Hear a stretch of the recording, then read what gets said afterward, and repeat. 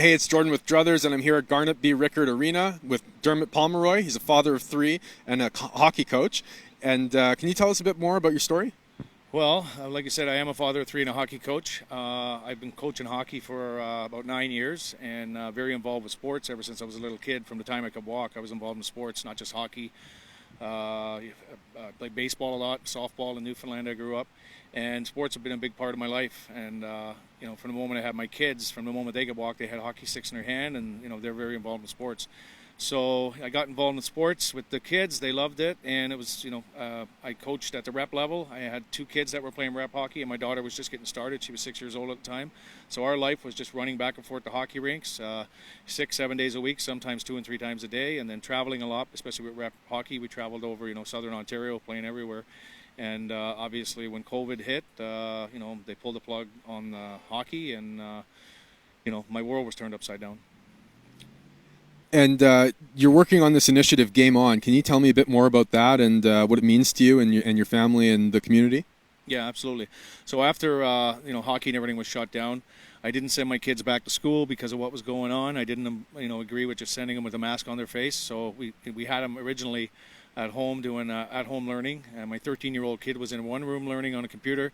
The other boy was 11 years old, and then my daughter at that time was 6.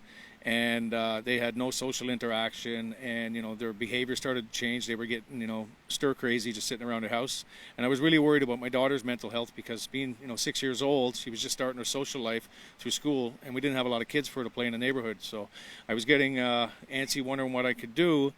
And all of a sudden, they decided to shut the parks down. They weren't even allowed to go to the parks on play dates and stuff.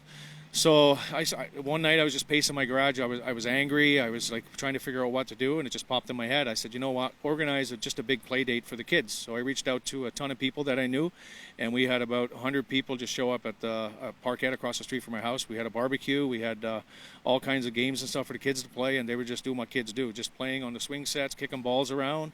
And we had Jim Kerr from the Bubble Bus show up with bubbles going everywhere, and out of nowhere the bylaw decided that they're going to show up and break it all up. So they come flying into the park like Mitch on Baywatch, like it was a drowning victim, clear the park, clear the park. So anyhow, from there, obviously the parents got a little bit upset and, told the bylaw officer, like, get out of here. There's nothing wrong here. There's just kids playing. So that video went viral, and, even Katy Perry commented on it. And out of nowhere, this lady named Sherry and Ryan Penn reached out to me from a group called Take Action Canada, and they said, we saw your video. Can you tell us a little bit more about yourself? So I did, and they said, we loved what you did. We're wondering if you want to be part of an initiative of some sort for the kids and be a spokesperson. So we kicked tires on it for a bit. They designed me a website called Game On Canada, so it's gameoncanada.org, and we were trying to figure out what to do with it initially, so we decided, let's just organize some more park play dates. So we did that. We had about 4 or 5 more play dates at the park. We started getting the mayor was reaching out to us, telling us we had to stop. The police were, kind of doing the same thing. And, they were telling us that they're going to try and figure out what kind of action they could take against us. And I said, well, there's really no action you can do because we're not breaking the law. You want to bring in these bylaws and stuff like that. You have no jurisdiction over us. So anyhow, I ended up getting summonses to appear in court. We kept doing it. And then we moved it from my park. We moved it to Whitby, to Baycliff Park, and whatever, so many different parks. And it just grew. It grew and grew. And, what I expected to come out of it was basically people from the neighborhood would come out and realize that it's safe. It's safe for kids to come out and play, right? So that happened, and, that's exactly what... Sorry, did those continue growing, those park get-togethers? Yeah, absolutely. They grew. They were like wildfire. And it wasn't just us doing them. Other people started seeing us doing it all across Canada. So then we decided, you know what, this Game On website, why not just try and get anything and everything that anyone's doing across the country, let's try and get them to send their information. We'll upload it on our website, and we'll advertise it there. So we started doing that. It was growing. Then we started doing baseball games. We had kids coming out playing baseball because you weren't allowed to do that. I'm also a baseball coach, by the way, but obviously I had to give that up. And I know you mentioned that I was a hockey coach. I gave up coaching hockey because I couldn't, I couldn't enforce these mandates. I couldn't mask the kids. I couldn't play along with a narrative that I didn't believe. So I got a lot of, hate and stuff at the beginning for it. But back to the play dates and stuff, they went on really well, and, everyone else was doing it. And then slowly, once the warm months started heating up again, the summer started heating up, they lifted some of the mandates. So, people, not that they lost interest, people got busy with going to the cottages and stuff like that. So we didn't really do much with Game On for a while. Fast forward, here we are now, and kids hockey's about to start. It's getting a little colder, and of course now they're going to push the whole mandate, the COVID narrative again, and everyone has to be vaccinated. So they're forced vaccinating our kids in order to play hockey.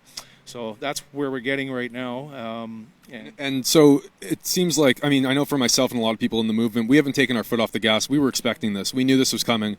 And now you're leading up to this really amazing event that you're putting on October 13th. I haven't been this excited about an event in a long time because it just breaks my heart what's happening to the kids. I can't even look at I see the schoolyards when I'm driving and they're all masked up and they're running around, and it really makes me sick. And I haven't even been watching sport. I love sports. I'm wearing my Jets jersey. I'm a big Jets fan. I played hockey my whole life. I just wasn't watching sports last year just because there was too much going on that we needed to fight back against and stand up for our rights and fight for the kids. And this excites me so much more than any of these professional sports because the kids are so important, and what's happening right now to them is heartbreaking. And they deserve to have their childhoods, and they deserve to have their freedoms and their rights, and to have fun and just have a great childhood. And I can't stand what's happening, so that's why I'm so excited about this event. Can you tell me what's going on October 13th? I can tell you what's going on October 13th for sure. So what ended up happening, obviously, with these let me just say one thing first. I am one of the biggest hockey fans in the world. I watch hockey every time it's on. It doesn't matter who's playing. I love hockey. I've loved it all my life. I'm an Oilers fan. You know how many hockey games I've watched since COVID? 0, not one, because I can't watch it with the fake fans and the crowd noise that they're putting in. Like, it's just not my normal, and I don't want no part of it. So anyway, I haven't watched it either. But getting up to speed on what's going on now, we actually, me with the help of Jody Ledger, we were pretty upset trying to figure out what we could do, and I have to give Jody credit. She said, maybe we should do something about it. Maybe have a protest down at one of the Leafs games. So my wheels start turning, and I think, regular season's going to start soon. When is it? I got on the phone, when's the Leafs season opener? And it's October 13th, and it's against the Habs. Well, we know we got a huge movement in Montreal, or in Quebec in general, so the bells start going off in my head, and I could just see it all coming together. So what we're doing is we're just going to have a good old-fashioned street hockey game down at Scotiabank Arena.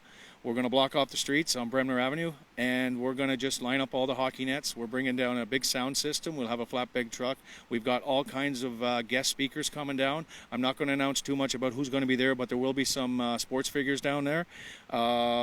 This is a Game On Canada initiative, and we're just going to go down and we're just going to show people, like, you know what? Our kids can't play hockey. This is wrong. We can't get anything on the mainstream news. If we can get down there and just flood the streets for the Leafs home opener, hopefully we'll get some notoriety. And what's happening right now, through something that I won't get into right now, but let's just say our emails exploded. Jody will talk about that in a little bit, but our emails exploded, and I literally had 15,000 emails come in within the last 4 or 5 days. And it's people telling their story and wanting help, and a lot of those are parents. So I also had a guy named Joe Anager reach out to me. He started a Facebook group, Youth Sports Freedom Fighters, and he's got over 8,000 members in there. A lot of them are parents upset, looking for help, for their kids because they can't play hockey, right? They're going to have to be vaccinated. So we teamed up, and he's a big part of this as well, and we decided we're going to put this on. So with the help of Take Action Canada, and a big shout out to Rise Up Durham, which is a Facebook group I started just over a year ago. We got our tentacles out everywhere. Everyone's helping, everyone's chipping in, and we're organizing this massive event. So that's basically what it is. It's just a big, good old-fashioned street hockey game. Let the kids play. We'll be down there with a big LCD screen TV with a massive sound system, and we're going to videotape the kids playing hockey. We'll have someone doing play-by-play. There'll be all kinds of loot bags, gift bags, and everything given out to them.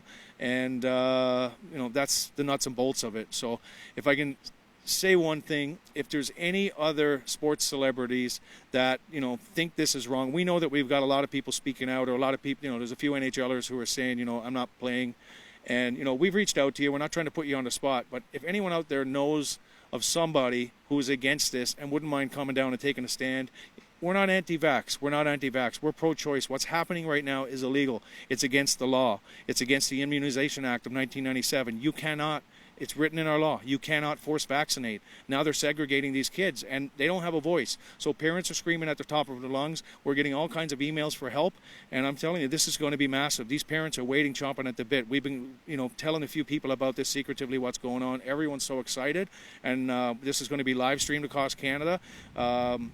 There's radio stations from the U.S. that reached out to us that we're going to be doing interviews with.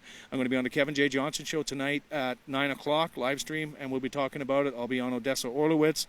Bright Light News is going to be interviewing us. I'll be on A Warrior Calls, Christopher James on Thursday, and interviews are coming in everywhere. So, and it's not just me. I know I'm the face and eyes of Open Up Your Business. There's so many people behind the scene. Jody Ledgerwood, Joe Anager,